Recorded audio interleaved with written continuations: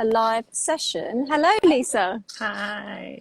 Hi. It looks so How are nice you? and cozy. You're under a tree. Yeah, yeah. It's in a temple area actually, but Hmm. India being India, some roadworks have just started nearby. I hope it's not going to be too destructive. I hear Oh you really gosh. well. The sound is really good. Yeah, Mm. fantastic. Good. So, welcome everybody. Yeah. Lisa and I have decided to do a live session today, a very special session. And we're going to be discussing the topic about incurable disease as per Ayurveda. And we're going to be talking about what that might mean for you if you're suffering with anything that's been deemed or named as incurable, and what is the Ayurvedic perspective on it. So Lisa is going to ask some questions. We're going to turn it into a kind of dialogue conversation. So before we begin, Lisa, would you like to share anything? It's just nice to be here, connect with you. And yeah, so Nina is an Ayurvedic practitioner. I'm an Ayurvedic consultant. So we're not doctors, but we both have a lot of experience with this and a lot of experience with clients. And yeah, so we'll speak from that point of view. And then the retreat, the Panchakarma retreat that we have in March in India, we will work together with doctors there. So they have both Ayurvedic and allopathic medicine knowledge. So yeah, just to underline that. Yeah, Yeah. yeah. Let's dive in. Good. Let's go straight in. Yeah. So how Well, should we begin? this word incurable, right? It's been Hmm. or chronic is used a lot as well, like for diseases or conditions. What would you like? What do you think that comes from, or like how has that become so popularized? Because it's used for a lot of things that I sometimes, sometimes they are curable, sometimes it is reversible. And I think when we put that label on something, it's so hard for the mind to get around the idea that you might be able to change this, and you're already set in your ways. Yeah. Yeah, Yeah. absolutely. I mean, when we were kind of thinking about this topic, I was really thinking about how to create a bigger understanding of this. And I think what it comes down to is like, firstly, when we deem something as incurable or chronic, on a positive note, this is actually provides a lot of closure for people. And I think on that side of things, if you've been suffering with something for a long time and you keep going to doctors and you've tried everything, the the information that it's chronic or incurable, in a way, like it does give a little bit of closure in the sense like, okay, now I have to just handle it. But on the other side of it, what it's doing is it's putting something static to something that is not static. And I think this is the whole biggest understanding with the difference between understanding a disorder from the Ayurvedic perspective compared to the allopathic perspective, is that according to Ayurveda, if we're working with the elements and nature, the law is that it's always able to change. So that change is always there. There's always a possibility somewhere in something. And I think it's so funny because I feel like it relates a little bit to the way India is as well. I don't know if anyone has heard, people watching online that follow from India. In India, there's something called jugaad. So anything that you have that's broken, in India, you can get it fixed because they have jugaad. It's like you can take it. Like I took my MacBook Pro to India with me, and when I was in England, they said it's not fixable. Like everyone said, it's broken. You can't fix it. It's going to cost thousands of pounds to fix. I took it to a shop in India, and they did jugaad on it, and it started working again. And the thing is, it wasn't like completely perfect. It wasn't perfect, but there is this kind of attitude that it's possible. Like there's always this possibility that something can be fixed. And I think if we can bring this into understanding a disorder, even though it's been labeled as incurable or unfixable, there could always be a possibility of a little bit of jugaad, like with it. And you might not be completely rid of it, but at least you can say it's lessened, or there's a little bit more information around it, or, you know, it just gives a little bit of light into something that's dark. Because like when we label something as incurable, you know, I think the main reason that it's labeled as incurable is because really the cause is unknown. Most of the time, Yeah. it's because the cause is unknown. So that kind of anything that is from ignorance or not knowing, it's darkness, and it's static, and it carries this energy of like, this is how it is. Whereas when we add light and hope into it through possibility, you just never know what is going to shine up around the disorder. So I think, you know, the reason it's become popularized is positively because it creates closure, which is understandable to start moving forward. But on the other side of it, it's popularized because perhaps there's not enough information on the cause. And that's why we can't give hope to people in that sense. So this is where Ayurveda has a little bit of energy to add to something that is labeled as incurable.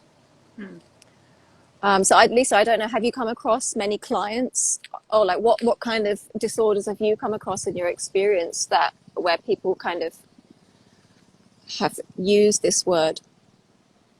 I think of a lot of mental conditions as well, like panic attacks, anxiety, things like that, where, you know, I have friends and people who are like, this is just the way I have to live. Like, this is just part of my life now. And it's, you know, it's painful to see and hear. And yeah, because I think there are things that you can do about it. But when we've decided and accepted that as the ultimate truth, it's really hard to move away from it. It is. And I remember I used to say this at the beginning a lot, like to go on the journey of Ayurveda is to accept that there's a possibility to transform and change. Yes.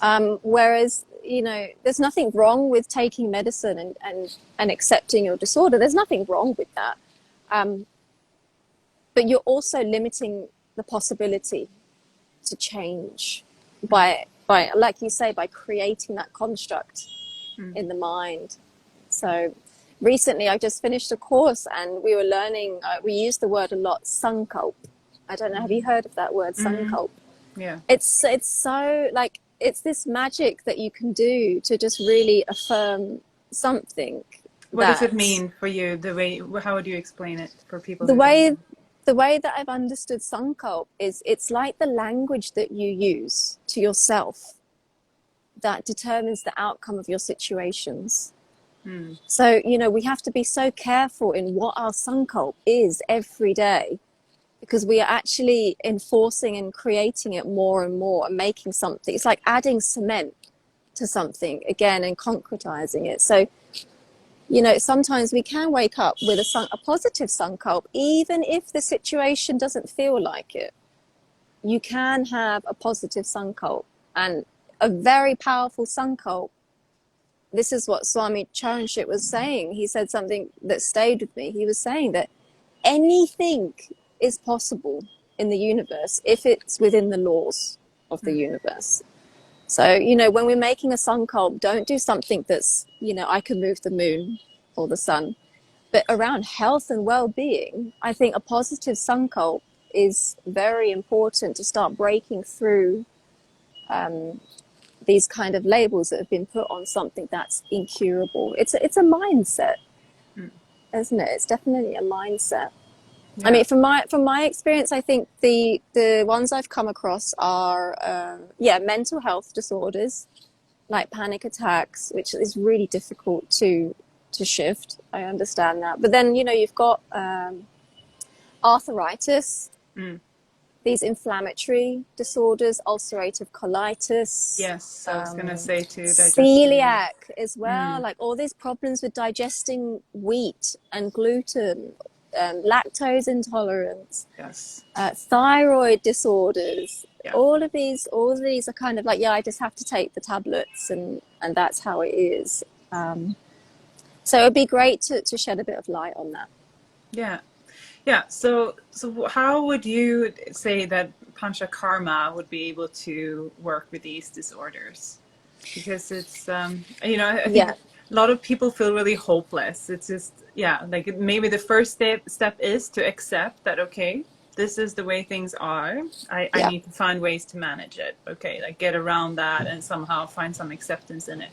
But then, if there are still a willingness to try new things, and because I think often so many people just get so hopeless and just stop trying new things. And I understand if you've gone through like a medical process and you've tried many different therapies and hypnosis or whatever, like there's so much out there that you just sometimes get to a point where like, okay, I'm done. yeah, Like, yeah. so how would Panchakarma help people who have gotten to that place, or maybe who aren't there, that are just willing to try something else?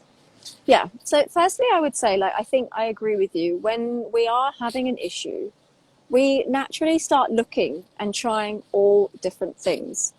Now, this is only from my experience. I have found that it's not always good to mix too many systems of medicine. That's just my personal opinion. And I think if anyone's interested to try Panchakarma, it's like you've got to really surrender to the entire process of it. So, really just dedicate yourself just to that particular system of medicine, because then it's going to work more properly. So firstly, there's that aspect of dedicating it to it, like an attitude towards it. Now, on a more clinical level, what Panchakarma is going to do, on a physical level, it's going to clean the digestion. So in Ayurveda, the root cause of disorder, okay, there's many, many root causes, but on a physical level, it's the digestion. And it sounds very, very simple, but it is where everything originated from. And so with Panchakarma, you are ridding kind of excess things that have gone on to cause the problem. So, if the element of air is imbalanced, you'll get something to clean the colon, excess water, stomach, heat from the intestines. So there'll be processes to rid of these elements, and it's not a painful process. It's quite normal and tolerable. But what that's going to do is it's going to take out the toxins, the excess dosha. So I'm going to use the word elements because this might be a little bit easier to understand for people that are new to Panchakarma in Ayurveda. Like any excess elements and dosha, it kind of brings them into the digestive system and flushes it through. So what that's going to do, it's going to clean your entire system and clean your digestion. So in terms of incurable disorder, what's happened is that the toxins and the excess dosha have gone deep into the tissues. So one round of Panchakarma, or whatever process the doctors decide, it will definitely take out something.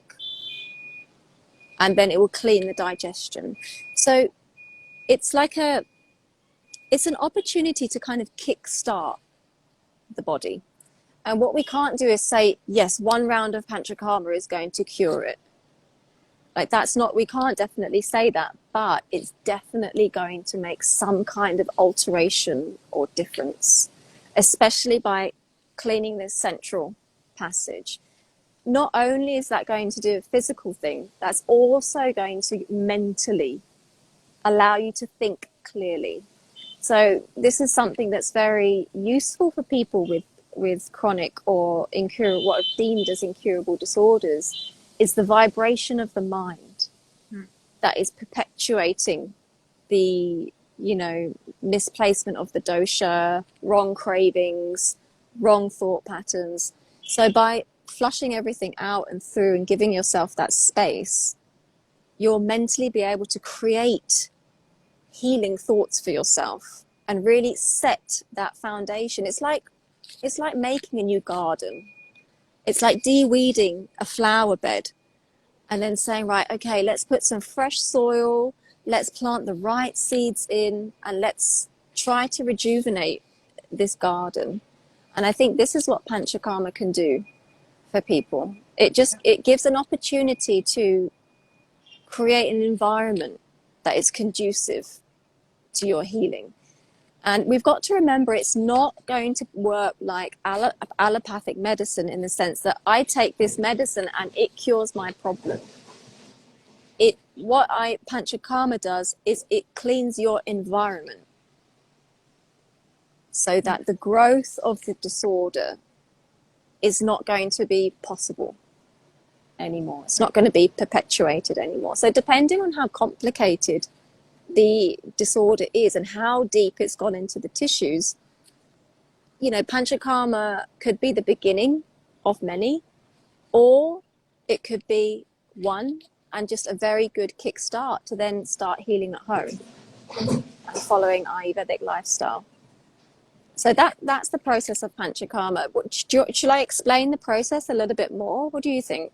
I'll just say something about that, because I think you make a really important point, like to work with the mind as well around it. Like, yes, it's a physical process, but also like when I did my Panchakarma in India, I had my phone off for most of the time, for example. So to like cut out any influence from the outside and to like really clean the mind as well, like to have a fresh body, a fresh sheet of mind to work with afterwards. And we will also in the process like work with journaling and sharing circles, so that we can process whatever comes up. Because when we stop inputting new information, like stop reading, stop watching news, stop listening to podcasts and watching social media, that's like old stuff can come up, like old patterns, old memories, then that all gets to surface. Absolutely. And it's, I don't know if you experience this, Lisa, but when I did mine at Govardhan Ayurveda, it got to a point where I really felt sad, and I wasn't sure why. And even the doctor knew that was going to be pending, because he checked on me like, are you okay? Like, just relax and let it be, because he could feel that I was going through something. And it might sound a bit wishy-washy, especially if you're new to Ayurveda. Like, what? Like, how can you suddenly start feeling emotions just like that? But it's true. You do start feeling a lot on that experience. And the one that we're going to do, we are going to create that space for people to, like you say, like sharing circles, journaling sessions, to be like, okay, what came up for you today, if they want to share. And it's going to really facilitate the process of getting through the disorder, or at least just creating a little bit of light where it's needed. It's a bit like we're mixing mental Panchakarma with it, isn't it? I always thought there must be a way to do mental Panchakarma to clean the mind. But I think it's going to be a great opportunity to go deep into that aspect of Panchakarma, the mental pattern of the disorder as well. And it'd be exciting as well, because I think, this is a tricky topic to bring up, but karma has a little bit of a role in things that are incurable, or when we've suffered with it. And I say that because I myself have, I have chronic things going on with me as well. And I have learned and tried to understand things from a karmic level. It's not always easy to accept that part, but as a group, we can kind of understand it in a way that's going to be nurturing. And that brings acceptance. And I think that's really a really big thing for things that are deemed as incurable, going into acceptance and forgiveness as well. Yeah, and I think also, like, I mean, maybe people, sometimes karma is, associated with so many different things, but how would you describe karma in this sense? Because I'm thinking it could also be like genetic diseases, right? Something that's like passed on like physically in our body, and it's just, you just have an affirmation for mental illness in your family, for example, and then it's a little easier to know then that, okay, this is not something, I haven't done anything wrong, it's not my fault, it's just part of my genetic makeup, and what can I do to improve my situation? Yeah, and there's so much that you can do with that. Like, one thing that we have to remember is karma is not punishment. Mm. And if we can get that into the group that we take in India, it's going to be amazing. Like, it's not a punishment, it's an opportunity to really evolve and change yourself. And in Ayurveda, did you learn about Tarpaka Kapha, the Mm-hmm. subtypes of Kapha? Yes. That's a subtype of Kapha that retains these memories of genetic disease. Right. So that is where all of this is sitting. So if you've got diabetes in your family, if you've got certain disorders in your family, according to Ayurveda, that memory of it from your ancestral line is vibrating in you. And that's how you view the world. And that's what's creating your thought patterns. And that's what's creating certain actions. Mm. So there are herbs in Ayurveda that cleanse the Tarpaka Kapha. Mm.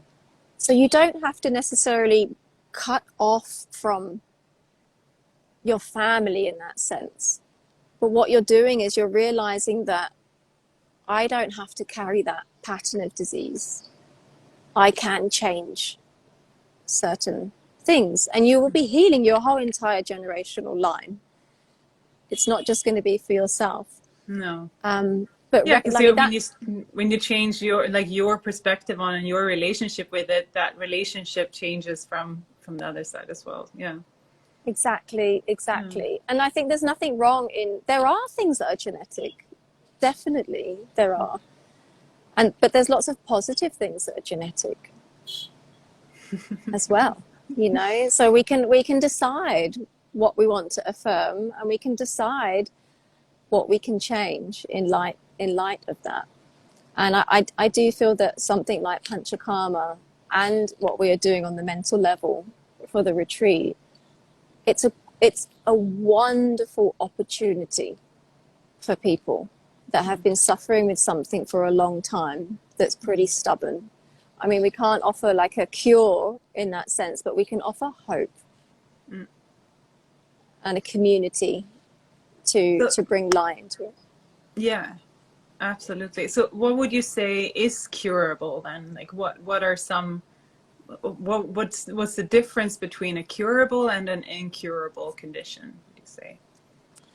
Well, I mean, incurable, just that word it implies static.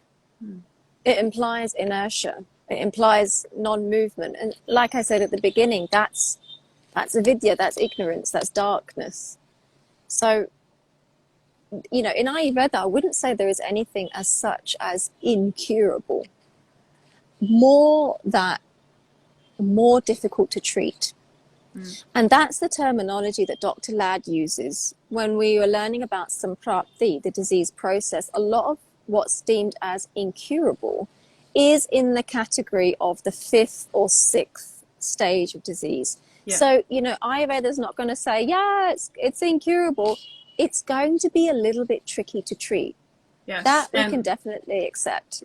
And that there might be some damage to the body still, even though you're treating it to a certain degree, slowing down the disease process, but depending on how far gone the disease is, there might be some damage and some pain and difficulties. Absolutely, yeah, because in the 6th stage the tissue undergoes change. Yeah.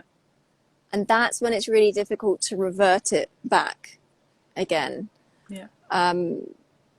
But definitely, Panchakarma can stop it going further.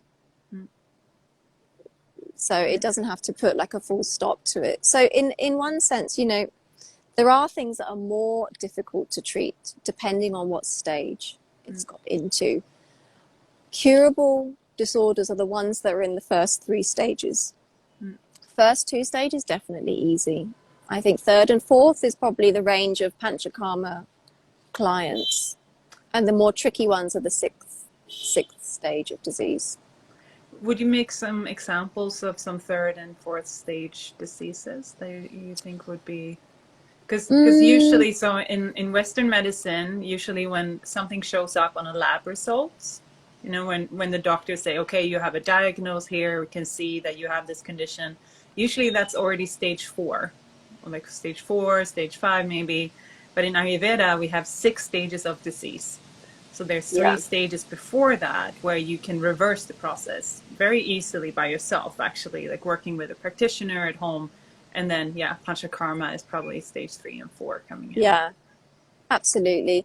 I would say something like fertility issues is a really Mm, good example of yes. something that we, so many times I hear women saying that I went to the doctors and they just put me on hormonal pills because there was just no hope for the healing of the reproductive system. But I really feel that Ayurveda provides a wonderful opportunity for women in that. And that's a really good example of disorders in that stage.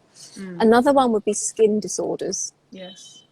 as well. I think anyone that's been having skin problems or also digestion issues is a really good one.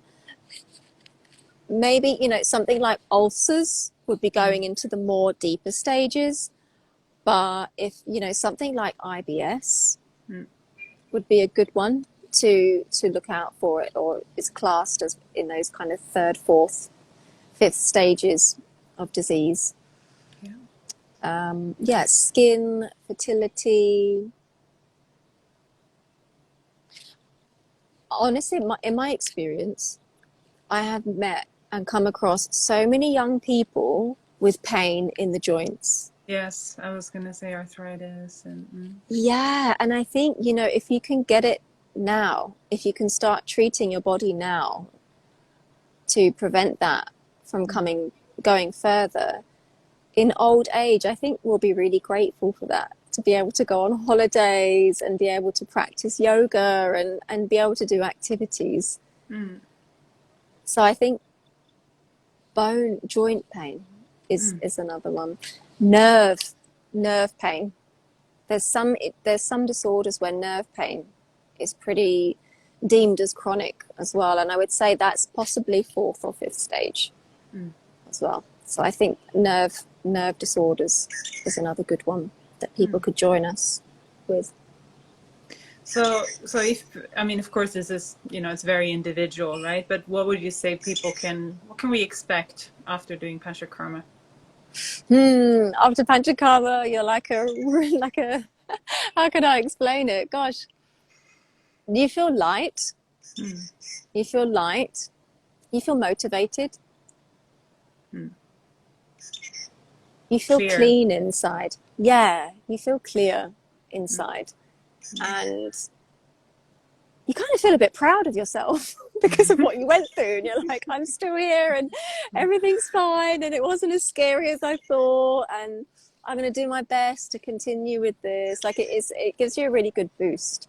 mm, And that mental clarity can really change the direction of your boat in life. And, if you create certain sankalps, like we were talking, you really start to shift the direction that your life will be going in. And then you start to walk along that journey. I mean, when I think about what I had before I had Panchakarma, I would dread to think what situation I would be in now. mm, Like I feel so I'm really glad that I took that decision to do Panchakarma. mm. Um, and you can see it, after some time. I don't know if you also feel this, Lisa, but like looking back, you can really see how it did contribute to where you are right now. Health-wise, spiritually, mentally, like there's so many aspects to it that really start to shift. And you don't see that until you've done it and until you've waited for it to all, because it's kind of like the fruit that's going to, like we set the soil from it, we put the seeds, and then later the fruit will come.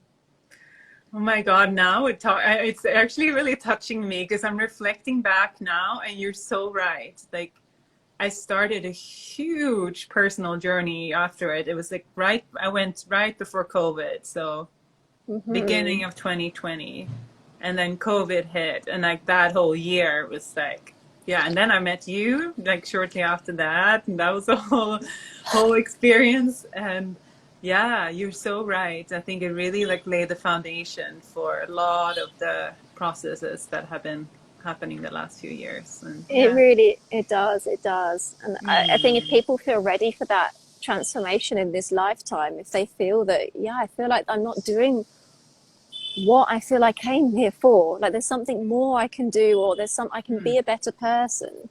If you've got that yearning, definitely Panchakarma is going to set the soil for that transformation and growth. So sometimes I feel like I'm sounding really far-fetched with it, like, gosh, I'm making such a big thing about Panchakarma. But it really does change your life. Because I mean, no, it's mainly propagated as like this medical thing, and it is a medical treatment. But I just think spiritually, it's an opportunity.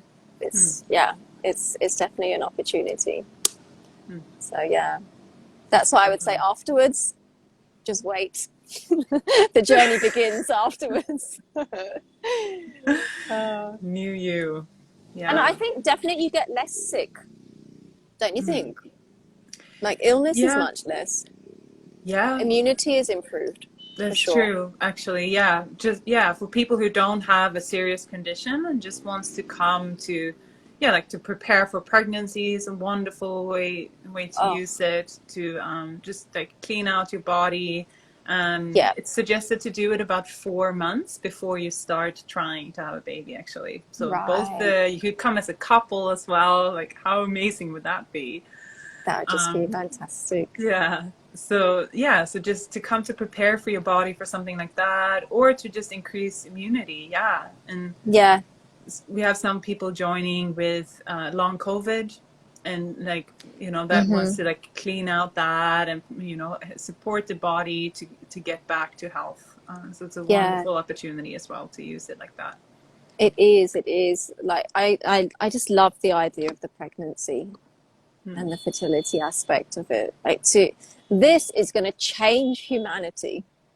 If couples start investing in this before having children, it's going to be, you are doing such a good service to humanity, because you're improving your child's life before it's even in this universe. Like, you are preparing yourself to deliver in a healthy way.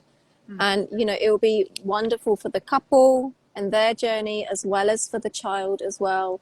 Mentally clean, like it's such a good process to undergo. Less stress on the family, less fear, so it's going to be great. And long COVID, I think, is so interesting because it's got such an emotional, psychological component to it, especially because COVID was around the lung area. Like, it affected our lungs, and that's the seat of grief. So it is going to be affecting on an emotional and psychological level. So it's a really great opportunity. And anybody that is, like, not necessarily having a chronic disorder, but small things, like, ladies, if there's something happening with your reproductive system and you really do want to have children in the future, start now. Like, start clearing the body now and preparing for it, because it's going to be a wonderful investment for that. Or even, if there's no planning for children and you just want to live the fullest life, and you've got aspirations and goals, and you really want to, do something with this life, it's a really worthy investment for that. You'll face less limitations and obstacles. Yeah, because if the body is in a clear, clean state, it can really just be a vehicle for us to do the things we want to do in life, and we have less distractions. It's to have indigestion is a big distraction. It is. Yeah, and it's also PMS. Hormonal imbalances can do a lot with Panchakarma to support that. And just taking time off for yourself like that, and go away for 2 weeks to be just with yourself, having a regular schedule, having meals cooked for you that are personalized for you. Like, the kitchen will make your meal specifically for you with exactly what you need.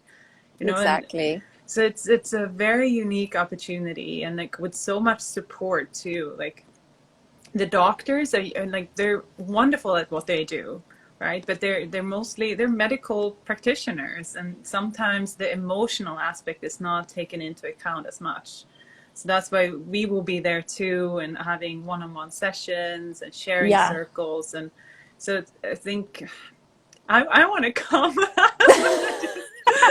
Yeah, we're not going to Be have a participant in this retreat. Like, I think it's just, yeah, such a. I know. I remember when I did my Panchakarma and I wrote one blog post, like, and it was saying that, yeah, I remember going to the doctor and it's like they kept asking me, like, why is your Vata still high?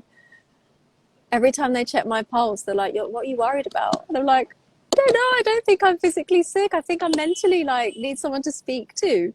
But I couldn't say that because it just wasn't the conducive kind of environment, because who was going to be there to help me?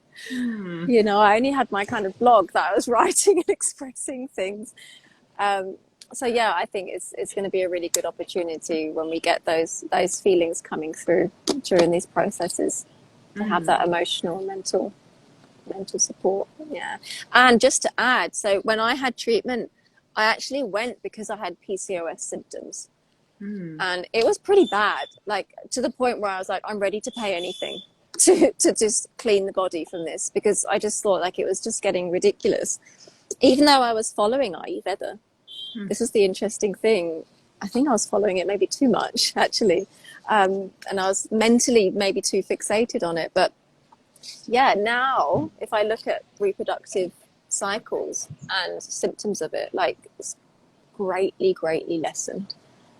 Like much less. Like afterwards, after that treatment, I took medicines for 1 month afterwards, because that's what they'll normally do after treatment. They'll give you medicines to take for like a month long for you to continue. So anybody that's interested, this is kind of the procedure that's going to happen. And then after that month, yeah, nearly all the PCOS symptoms were gone, and it was just such a blessing to be able to have Panchakarma for that. So if any ladies that have something like PCOS, which I know is really common nowadays, I can talk from experience that it worked for me. So yeah, My PMS symptoms reduced so much afterwards too. Actually, I don't have that anymore at all. I would have mood swings, like a huge emotional process every month, like pain, like feeling really swollen, painful breasts, things like that. It's gone. Actually, it's yeah. And then of course I've also taken care of myself afterwards. Like I have my routine, I eat well. You know, it's not a quick fix where you just go and you take a pill and then Exactly.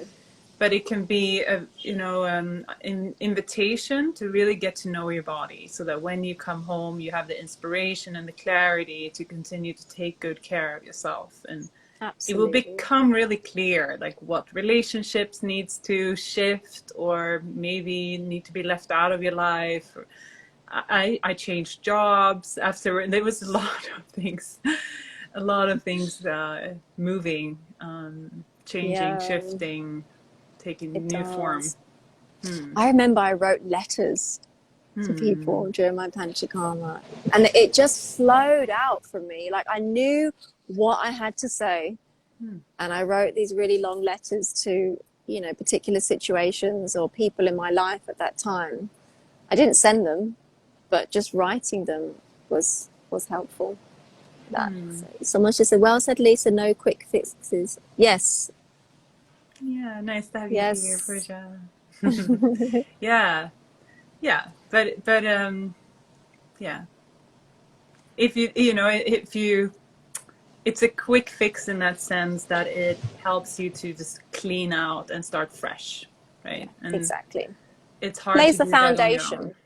It lays the foundation for a better future, like a chance to restart again and really kickstart and, like you say, implement new habits.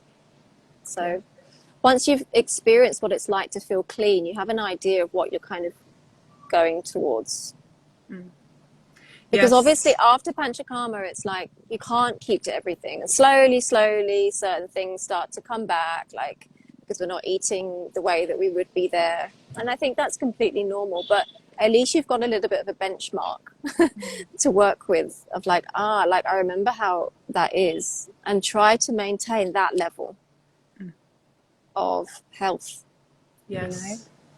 Yes, that's such a good point. Because I mean, I've had phases in my life where I've lived like in a center with a complete Ayurvedic lifestyle, and then during the Panchakarma, and where I've been very, very regular with my practices and eaten only Ayurvedic food. Like I worked as a chef for a while, so I was cooking all the food and eating it and just living this like perfect Ayurvedic life, to the ability you're able to in the modern life. And coming back home, there was sometimes a lot of stress around it because I remembered how good I felt. And I realized that it's not manageable in my daily life when I have to travel sometimes, when I'm not always in control exactly of what I eat. It's harder to keep that up. But Yeah, so there has to be some adjustment and some clarity around, okay, how do I implement this? What do I take with me? What is not doable? What is not manageable? And that we will support you with afterwards too. So we will have an integration call after the retreat, where we talk about this and voice our challenges and get some clarity around that. And then but what's helped me is to know that I know how good I can feel. Like my body exactly. remembers how I feel when I have that clarity. So even though there's some grief there that, okay, I'm not probably not going to feel that perfect in my everyday life because life happens and it's not always doable. But I have this remembrance and it keeps me motivated to take care of Exactly. myself, because I Exactly. know that it's possible to feel that good, and I can strive towards that and take good care of myself. Whereas if you've always felt shit, if you've always had a very dull mind, feeling stressed, having symptoms, it's hard to know what is possible. Yes, Yeah. absolutely. It's like a benchmark, isn't Yeah. it? And I think I mentioned this in my video. It's like if you've never had that clarity, like you say, you don't know what it feels like. Mm. So you don't really know what you're aiming for. But Panchakarma gives an opportunity to reset the body, to know what it feels like, so that when you do go back into life, you can also start making priorities and changing your lifestyle according to that. Like if you realize that sleep is such a priority for you, you will start adjusting your lifestyle because Mm. you'll remember how good it felt to get sleep, or create balancing the senses or eating at a certain time. So it really lays the foundation to make lasting shifts in the lifestyle. Totally. So Lisa, my battery is a little bit low, Okay. so I think we might have I to round it I up. feel like we're kind of coming to a close anyways. I think we've talked about a lot of things, and maybe we We can do have. another one where we go a little bit more into the actual process of Panchakarma, like what kind of Yes. treatments are present, how the process looks. Yeah. We'll do Yeah. that. We'll do that when we'll talk about the whole, like each stage, or like each panchakarma, or and also the other treatments that are in there that you might Yes.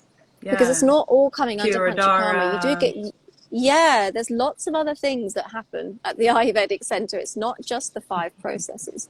So we can talk about that in a little bit more detail. Yeah.